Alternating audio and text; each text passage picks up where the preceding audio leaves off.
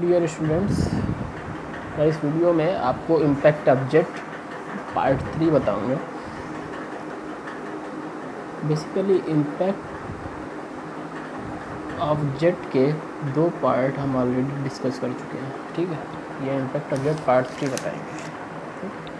ये सारे दो डिस्कस कर चुके हैं। When plate is held normal to the direction object, when the plate is inclined to the direction of jet. ठीक, अब मैं आपको थर्ड केस बताऊंगा। थर्ड केस में क्या है, when the curved plate and the curved plate is fixed and curved plate क्या भी हो, unsymmetrical, ठीक, unsymmetrical plate भी है। तो आप कर्व प्लेट पे हम इम्पैक्ट ऑब्जेक्ट देखेंगे, इम्पैक्ट ऑब्जेक्ट के फार्मूले देखेंगे, फोर्सेस का फार्मूला देखेंगे, वर्क डन पर सेकेंड देखेंगे। लेकिन एक चीज़ ध्यान रखना है कि प्लेट क्या भी है, फिक्स भी है। ठीक है, तो no motion will be performed by the plate but jet will exert non zero force. Okay, तो अनसिमेट्रिकल प्लेट में पहला केस लेते हैं, जब जेट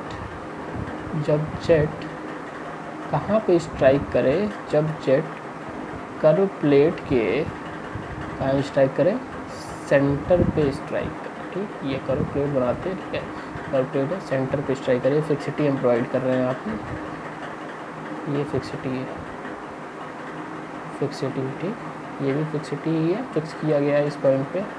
ठीक है, अब क्या है, ये कर्व प्लेट में कोई मोशन नहीं है, u equal to 0 metre per second. ठीक, अब देखते हैं, नोजल से जेट निकलता है एक पैसेज के फॉर्म में, जिसकी वेलोसिटी क्या होती है, स्मॉल v। ठीक, और ये सेंटर पे स्ट्राइक कर रहा है। ठीक है, सेंटर पे स्ट्राइक कर रहा है। एक v वेलोसिटी यहाँ पे आउटलेट पर होगी, ये v वेलोसिटी आउटलेट पर, और v का एक हॉरिजॉन्टल कंपोनेंट होगा और एक वर्टिकल कंपोनेंट होगा। ठीक, हॉरिजॉन्टल कंपोनेंट क्या होगा, v cos थीटा। एक्चुअली ये थीटा एंगल है, जैसा कि हम बता चुके हैं कि ये सिमेट्रिकल प्लेट है। ठीक, सिमेट्रिकल प्लेट है, तो ये टेंजेंट जो ड्रा हो रहा है, ये कितना एंगल भी बना रहा है, ये थीटा एंगल बना रहा है। ठीक है, थीटा एंगल बना रहा है, ये थीटा, तो ये भी क्या थीटा होगा। तो ये v का horizontal component v cos theta, vertical component हो जाएगा v, वर्टिकल कंपोनेंट क्या होगा, v sin थीटा।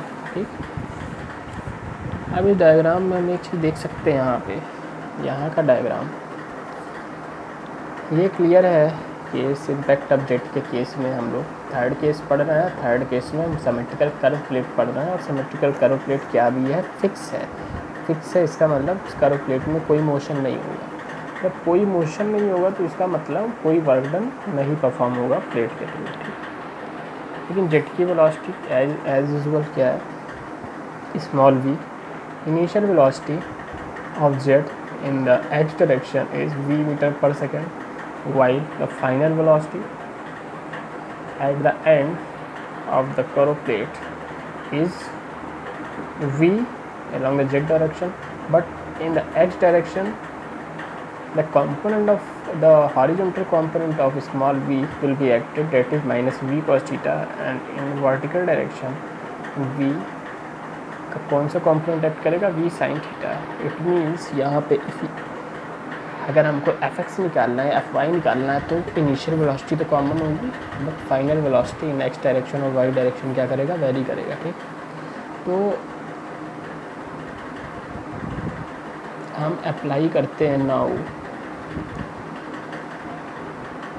अप्लाइंग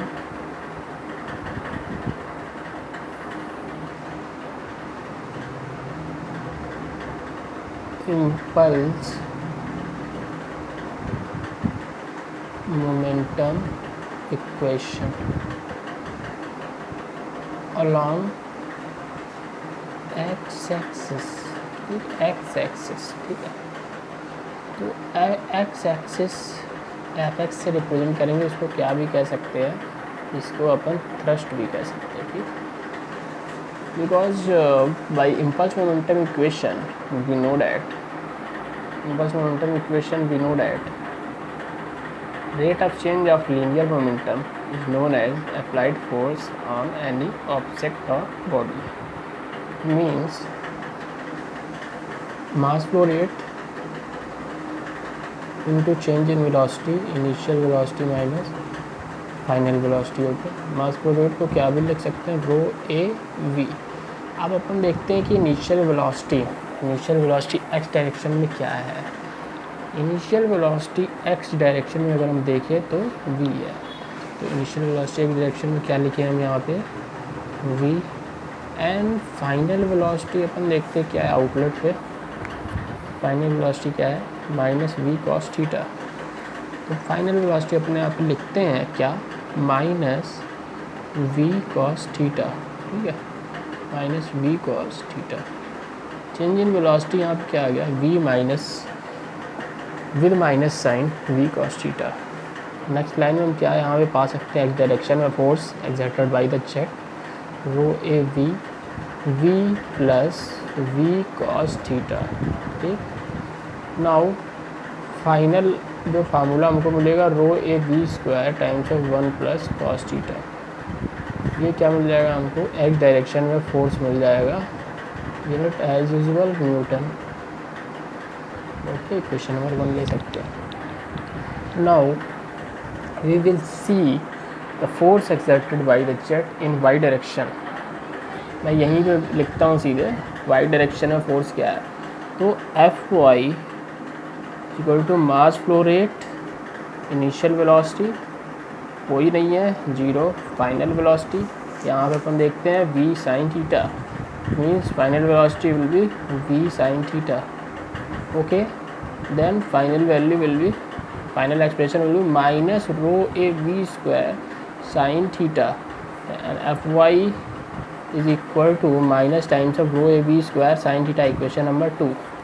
अब यहाँ पे देखते हैं कि माइनस साइन के साथ आता है रिजल्ट, इसका मतलब जो वाई डायरेक्शन में force exerted by the jet on the curved symmetrical when is acting, that will act actually in downward direction, because equation 2 represents an expression with a minus sign, okay, and fy will be directed in downward direction. Now if we talk about the work done per second, in that case when the jet strikes on the symmetrical curve, on the unsymmetrical curved plate, and the plate is fixed, and in this condition, because the plate having no velocity, that is u is equal to 0 meter per second, it means work done per second is equal to thrust into plate velocity, and plate velocity is 0. It means work done per second will be 0 newton metre per second, as usual, जैसे कि हम और भी cases में पढ़ चुके हैं, okay. Thank you.